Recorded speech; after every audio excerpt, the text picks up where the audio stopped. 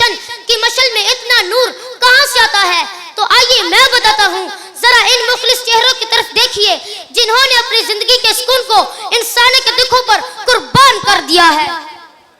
इस कारवां का सलाम सदर नाजिर हुसैन साहब, वो शख्सियत है जिनके विजन ने अंधेरों को ललकारा और साबित किया कि अगर इरादा सच्चा हो तो एक नन्हा सा दिया भी वक्त के फिरौनों के सामने सर बुलंद रहता है। नाजिर हुसैन साहब ने इस अदारे को वो बुनियाद फराहम की है जिस पर आज खिदमत खलक की बुलंदो बाला इमारत खड़ी है। इस मिशन में ममता की शफकत और बसीरत शामिल करने के लिए हमारी वाइस प्रेसिडेंट मोहतरमा राहिला आशर साहब का वजूद किसी नेमत से कम नहीं। आपकी सरपरस्ती ने इस दिए के लोग को वो वकार बख्शा है कि आज मायूस माएं और सशक्त यतीम अपनी उम्मीदों का मरकज दिया वेलफेयर ऑर्गेनाइजेशन को समझते हैं। और जब अमली मैदान की बात आती है तो मोहम्मद आमिर जैसे जफाकश मुजाहिद इस मिशन की ढाल बन जाते हैं। मोहम्मद आमिर साहब की दिन रात मेहनत वो इखलास ईंधन है जो इस दिए को भी बुझने नहीं देता। ये वो मुसल्लस ट्रायंगल है जिसने इस अदारे को बुलंदों पर थाम रखा है। नाजिर हुसैन साहब का वियन, राहिला आशर साहिबा की सरपरस्ती और मोहम्मद आमिर साहब की दिन रात मेहनत, जिन्होंने हीमोफीलिया की मुहरिक बीमारों के सामने बंद बांध रखा है। हजरत ग्रामी कदर, दिया वेलफेयर ऑर्गेनाइजेशन वो तूफान है जो रास्ते की रुकावटों को मिटाने नहीं बल्कि मंजिलों के निशान बनाने आए हैं। सदर जी वकार, इंसानियत की खिदमत कोई पेशा नहीं, ये वो इबादत है जिसका सिला सिर्फ रब की रजा में छुपा है। सदर जी वकार, इनकी हिम्मत का अंदाजा वो क्या लगाएंगे जिनका तकिया सिर्फ दौलत है। अरे ये तो वो हैं जिनका भरोसा सिर्फ अल्लाह की जात पर है। जनाब आला, जहां अंधेरा इंतहा को छूने लगे वहां दिया वेलफेयर ऑर्गेनाइजेशन का हर कारकुन एक मशल बनकर उभरेगा। सदर जी वकार, ये खामोश नहीं बैठते क्योंकि खामोशी जालिम के साथ देने के बराबर है। सदर जी वकार, क्यों करते हैं ऐसे? क्या कोई खूनी रिश्ता है? नहीं, अगर रिश्ते की बात की जाए तो रिश्तों की पहचान खून से नहीं एहसास से होती है। सदर जी वकार, दिया वेलफेयर ऑर्गेनाइजेशन ने पूरी इंसानियत को अपना खानदान माना है। अगर जज्बा सच्चा हो तो एक नन्हा सा दिया भी, अगर जज्बा सच्चा हो तो एक पहाड़ भी रास्ता छोड़ देते हैं। अब इसके साथ ही मैं अपनी गुफ्तगू को सिमटता हुआ दावा देता हूँ अब्दुल्ला पब्लिक हाई स्कूल के होनहार स्टूडेंट अब्दुल रहीम के वो स्टेज पर आए और हम स्टेज पर आए और तकरीर करें।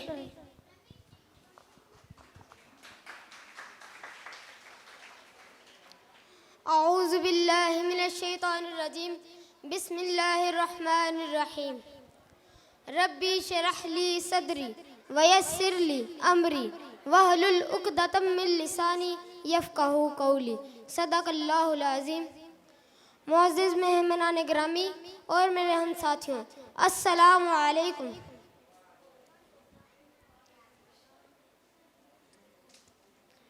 सदर जी वकार और मेरे हमवतनों, आज मैं यहाँ किसी कहानी या किस्से के लिए नहीं खड़ा हुआ, बल्कि आज मैं इस स्टेज पर एक ऐसी हकीकत से पर्दा उठाने आया हूँ जिसने मायूसी के कब्रिस्तानों में उम्मीद का चिराग रोशन किया। आज मैं आपको बताऊंगा कि दिया वेलफेयर ऑर्गेनाइजेशन का असल मतलब क्या है और इसके पीछे छुपा हुआ जुनून क्या है। दिया वेलफेयर ऑर्गेनाइजेशन का पहला लफ्ज दिया, दिया यानी वो छोटा सा चिराग जो खुद को जलाकर दूसरों की राह रोशन करता है। इसका दूसरा लफ्ज वेलफेयर यानी इंसानियत की तड़प और बेगरज खिदमत। इसका तीसरा लफ्ज ऑर्गेनाइजेशन यानी वो ऐसा मुनज़्ज़म कारवां जहां हम सब एक जान होकर दूसरों का दर्द बांटते हैं। तो सुन लीजिए, दिया वेलफेयर ऑर्गेनाइजेशन का असल मतलब सिर्फ कोई एक अदारा ही नहीं बल्कि अंधेरों के खिलाफ एक एटमी धमाका है। कुछ लोग तो कहते हैं कि एक नन्हे से दिए की औकात ही क्या है, तो मैं इन बुज़दिल इंसानों से कहता हूँ कि एक नन्हे से चिंगारी अगर भड़क उठे तो पूरे के पूरे जंगल को जलाकर राख कर देती है। तो कसम है उस पाक ज़ात की जिसके दस्ते कुदरत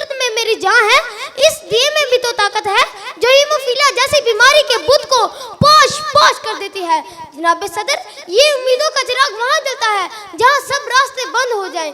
कभी इस बाप की बेबसी देखी है कि जब इसका लख्ते जिगर हीमोफीलिया की आग में झुलस रहा हो, जब उस मासूम के रगों से खून बह रहा होता है ना, तो रुकने का नाम नहीं लेता। जब वो मासूम अपनी पथराई हुई आंखों से आसमान को तकता है, तब यह दिया वहाँ मसीहा बनकर पहुंचता है और इसे नई जिंदगी की नवीद देता है। यही है दिया। इसे कहते हैं दिया वेलफेयर ऑर्गेनाइजेशन। दिया वेलफेयर ऑर्गेनाइजेशन का असल मतलब सिर्फ कोई एक अदारा ही नहीं, बल्कि ये एक ऐसा प्लेटफॉर्म है जो हीमोफीलिया के मरीजों के लिए जिंदगी की एक आखिरी उम्मीद है। दिया वेलफेयर का ये चिराग अल्लाह की वो रहमत है जो तड़पते हुए मरीजों को जिंदगी की नवीद देता है। जनाब सदर, याद रखिए, शैतान की चिंगारी नफरत के ईंधन से बढ़ती है, मगर रहमान का दिया इंसानियत के खालिस लहू और मुखलिस आंसुओं से रोशन होता है। अगर शर की एक छोटी सी चिंगारी सदियों की मेहनत को राख कर सकती है, तो खैर का एक नन्हा सा दिया सदियों के अंधेरे को मिटाने का हौसला भी रखता है। चिंगारी मौत का रक्स दिखाती है, मगर हमारा दिया रहमानी सिफ्त बनकर हीमोफीलिया के मरीजों में जिंदगी की उम्मीद पैदा करता है। शैतान चाहता है कि ये दुनिया बीमारी और अंधेरे का गढ़ बन जाए, मगर रहमान के ये जान नसाज दिए बनकर इसके हर वार को नाकाम बनाते हैं। अगर आग की चिंगारी खाक उड़ाती है, तो मोहब्बत का दिया वो करामत है जो मिट्टी के इंसान को अजमत इंसानियत के मिराज पर पहुंचा देती है। जिस तरह सूरज के सामने अंधेरे की कोई औकात नहीं होती, इसी तरह रहमान के नाम पर जलने वाले इस दिए के सामने बादल के किसी भी चिंगारी की कोई अहमियत नहीं होती। चिंगारी एक खौफ है जो दिलों को दहला देती है, मगर दिया एक इत्मीनान है जो बेवाओं और यतीमों के सर साया बनकर ठंडक पहुंचाता है। सियालकोट के गयोर मुसलमानों, ये फैसला मैं आप पर छोड़ता हूँ। आप तबाही की चिंगारी बनना चाहेंगे या तामीर का दिया?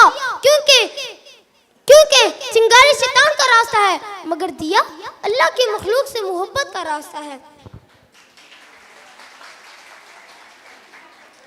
मगर दिया अल्लाह की मखलूक से मोहब्बत का रास्ता है। अल्लाह रब्बुल इज्जत की जात की कसम, हम जलाने वाले नहीं, हम तो भड़कते हुए चिरागों में अपना खून डालकर इन्हें रोशन करने वाले दीवाने हैं। मगर जनाबे आला, ये दिया खुद ब खुद नहीं जला, बल्कि इसके पीछे कई डॉक्टर्स, असातिज़ा और रज़ाकार हैं जिन्होंने अपनी नींदें कुर्बान कर रखी हैं। ये दिया वहाँ रोशन होता है जहाँ हीमोफीलिया का जहरीला नोक किसी मासूम के जिस्म से खून निचोड़ने लगता है। ये वहाँ रोशन होता है जहाँ एक हीमोफीलिया का जहरीला नोक किसी मासूम के जिस्म से खून निचोड़ने लगता है और ये बच्चा सिसकते हुए, लरसते हुए होंठों से अपने बाबा से पूछता है कि बाबा, क्या मैं मर जाऊंगा? बाबा मुझे बचा लेना, मैं मरना नहीं चाहता बाबा। तब भी ये दिया वहाँ मसीहा बनकर पहुंचता है। ये दिया वहाँ रोशन होता है जहाँ एक बेवा माँ अपने सफेद चादर की लाज बचाने के लिए तड़पती है। ये दिया इसे भीख नहीं देता, बल्कि हुनर की वो मशक थमाता है कि ये जमाने में सर उठाकर जीने के काबिल हो जाती है। दिया वेलफेयर ऑर्गेनाइजेशन को कमजोर समझने वालों, मेरी बात कान खोल के सुन लो। इस दिए की लो को सियालकोट तक महदूद ना समझना। ये दिया अगर आज सियालकोट में रोशन है, तो कल इसे गुजरात के एक अवान को गरमाना है। ये रोशन अगर आज गिलगित की चोटियों पर है, तो कल इसे गुजरात के एक अवान को गरमाना है। ये रोशन अगर आज गिलगित की चोटियों पर है, तो कल इसे गिलगित के बुलंद पहाड़ों का सीना चीर कर अपना रास्ता बनाना है। ये कारवां पंजाब से निकलेगा और सिंध के सहराओं की प्यास बुझाएगा। ये खैबर के दरों से गुजरेगा और बलूचिस्तान के सिंघा पहाड़ों में वो चिराग रोशन करेगा कि जमाने की कोई भी आंधी इन्हें छू तक नहीं सकेगी।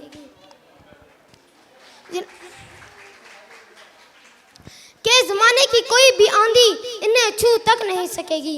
हमें रोकने वालों, सुन लो, हमने हवाओं के रुख पर दिए जलाए हैं। इन आंधियों से कह दो कि अपनी औकात में रहे। हमने अपने खून और जिगर से ये चिराग रोशन किए हैं। ऐ दुनिया की आंधियों, हम तो वो दिए हैं जिन्हें बुझाना लोगों के बस की बात नहीं। वस्सलाम।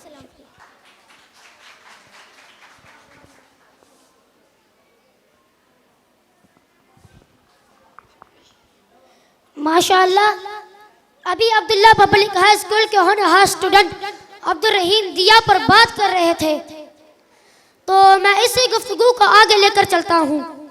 जब जबर की राग तवील हो जाए और बेहिर्सी की आंधी इंसानियत के चिराग बुझाने निकले तो तब एक दिया रोशन होता है। दिया वो नहीं जो खुद रोशन हो, दिया तो वो है जो अंधेरों का सीना चौक करके दूसरे के लिए रास्ता बनाए।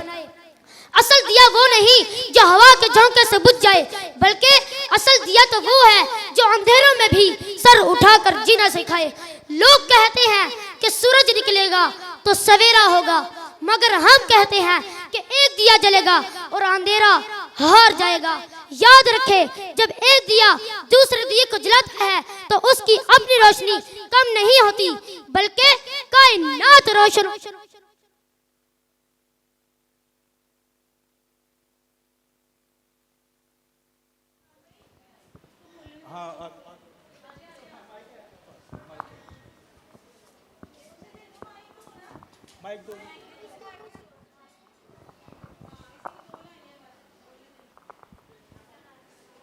मोअज़्ज़िज़ सदर महफिल, असातिज़े किराम, प्यारी बहनों और भाइयों, अस्सलामु अलैकुम।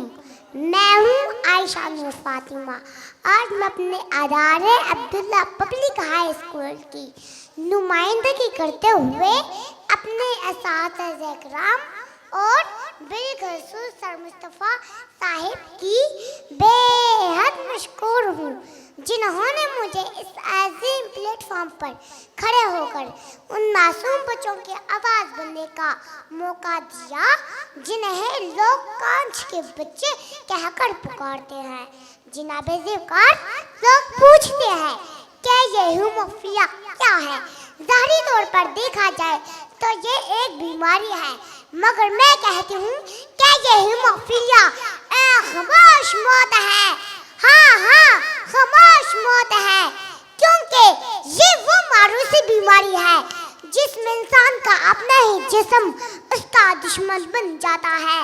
अगर इस बीमारी की तकलीफ का अंदाज़ा लगाना है तो उस बच्चे से पूछिए जिसके जोड़ के अंदर जब खून बहना शुरू होता है तो वह जोड़ किसी दहकते हुए कोयले की तरह जलने लगता है। जनाब ज़िक्र, ये दर्द कोई आम दर्द नहीं है, ये दर्द ऐसा दर्द है जैसे कोई हड्डियों के अंदर सुइयों के बजाय कोई खंजर घोंप रहा हो।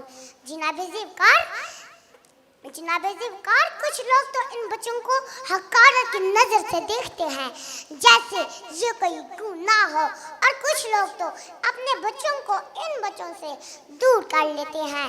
उनका हाल होता है कि सदर ज़िक्र, उनका ख्याल होता है अगर ये बच्चे हमारे बच्चों के साथ खेलेंगे तो कोई वबा फैल जाएगी। जनाब ज़िक्र, कोई इन्हें नहस और कोई इन्हें बदकिस्मती की अलामत समझकर अपना रास्ता ही बदल लेता है। सदर ज़िक्र, लोगों की सोच का अंदाजा लगाइए। लोग सोचते हैं क्या ये कांच के वो बेजान खिलौने हैं जो किसी काम के नहीं। इनका ख्याल होता है कि इन बच्चों का मुकद्दर सिर्फ तड़पना और अपने हिस्से से टकरा कर टूट जाना है। जनाब ज़िक्र, ये पत्थर दिल इंसान इन्हें बेचारा कह के अपनी जान तो छुड़वा लेते हैं, पर कोई भी इनके जख्मों पर मरहम नहीं लगाता। सदर ज़िक्र, उस मंजर की तरह तस्वीर में लाइए जब ईद का चांद नजर आता है तो वो मंजर कितना खुशियों भरा मंजर होता है जब गलियों में हर तरफ खुशियाँ बांटी जाती हैं। सदर ज़िक्र, अफसोस, सद अफसोस, इनकी तकलीफ ही सदर ज़िक्र, अफसोस, सद अफसोस कहना पड़ रहा है कि इन खुशियों के मौके पर भी ये कांच के बच्चे सिर्फ एक कोने में पड़े खिड़की से बाहर देख रहे होते हैं। सदर ज़िक्र, उस करीबा सदर ज़िक्र, जब दूसरे बच्चों के बाप अपने बच्चों को जूते कपड़े खरीद के दे रहा होता है ना, तो उस वक्त भी इन बच्चों का बाप अपनी जेब में टीके के पैसे ढूंढ रहा होता है। मैं पूछती हूँ इनका कसूर क्या है, क्यों इन्हें तमाशा बनाया जा रहा है। क्या इनका कसूर सिर्फ ये है क्या ये आज़ाद जिंदगी नहीं गुजार सकते, ये भाग नहीं सकते, ये खेल नहीं सकते। इनके लिए ईद की खुशा नहीं बल्कि तन्हाई इनका मुकद्दर बन जाता है। सदर रजीब खान, ये माहौल इन बच्चों को किसने दिया? लोगों ने, लोगों के रवैयों ने। सदर रजीब खान, अफसोस से कहना पड़ रहा है कि ये बच्चे दो जंगें लड़ रहे हैं, एक लोगों के रवैये और दूसरी अपनी तकलीफ। सदर रजीब खान, जब तकलीफ बढ़ती है ना तो ये बच्चा तड़पता है और सरहाने में मुंह छुपा के चीखें मारता है ताकि उसकी चीखों की आवाज बाहर ना जा सके। लेकिन अफसोस, सद अफसोस, इनकी तकलीफ ही इनकी दवा होती है। सदर रजीब खान, लोग इसे बीमारी कहते हैं, होगी ये बीमारी, मगर मैं इसे जिंदा दफनाना कहती हूँ। सदर रजीब खान, उस गरीबा पर क्या गुजरती होगी जो अपने जवान होते बेटे को जब एक एक सांस जिंदगी की भीख मांगते हुए देखता है ना, तो ये गरीब बाप दीवारों में सर मार मार के अपनी गरीबी पे आंसू बहाता है।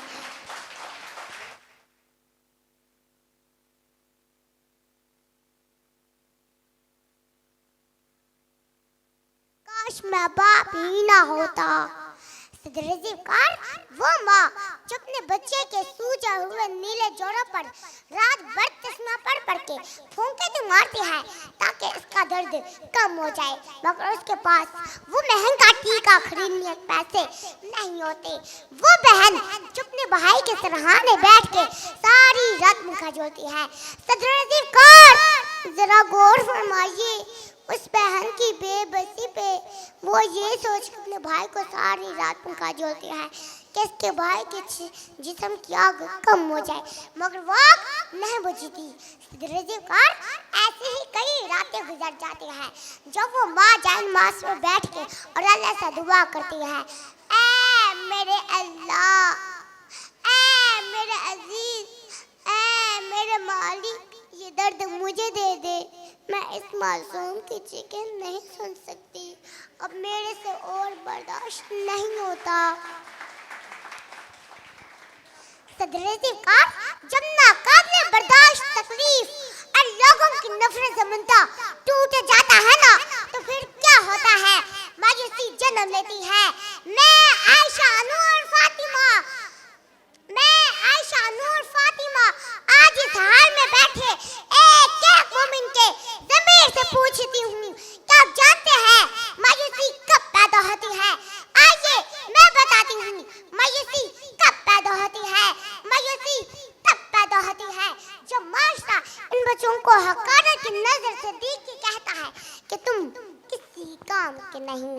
मायूसी तब पैदा होती है जब एक माँ अपने बच्चों को इन बच्चों से दूर कर लेती है। मायूसी तब पैदा होती है जब इंसान सोचता है मेरा पैदा होना ही एक बोझ है। मायूसी तब पैदा होती है जब अगला दिन पिछले दिन से ज्यादा तकलीफ दे होता है। मायूसी तब पैदा होती है जब एक माँ दुआ की याद उठाती है और वह हाथ उठाकर नीचे गिर जाए और होंठे पर खामोशी छा जाए। मायूसी तब पैदा होती है जब इंसान, मायूसी तब पैदा होती है जब एक बीमार बच्चा अपनी चीखों को इसलिए छुपा लेता है कि कहीं इसका बाप की कमर मजीद न झुक जाए। मायूसी तब पैदा होती है जब रोशन मुस्तकबिल का ख्वाब अंधेरी कब्रों में बदलते हुए नजर आए। मायूसी तब पैदा होती है जब इंसान मायूसी तब पैदा होती है जब इंसान अपने ही शैडो से डरने लगता है कि कहीं ये भी एक नए चोट का सबब न बन जाए। मायूसी तब पैदा होती है जब इलाज की उम्मीद दम तोड़ दे और मौत जिंदगी से ज्यादा आसान लगने लगे। मायूसी तब पैदा होती है जब हिम्मत के चिराग एक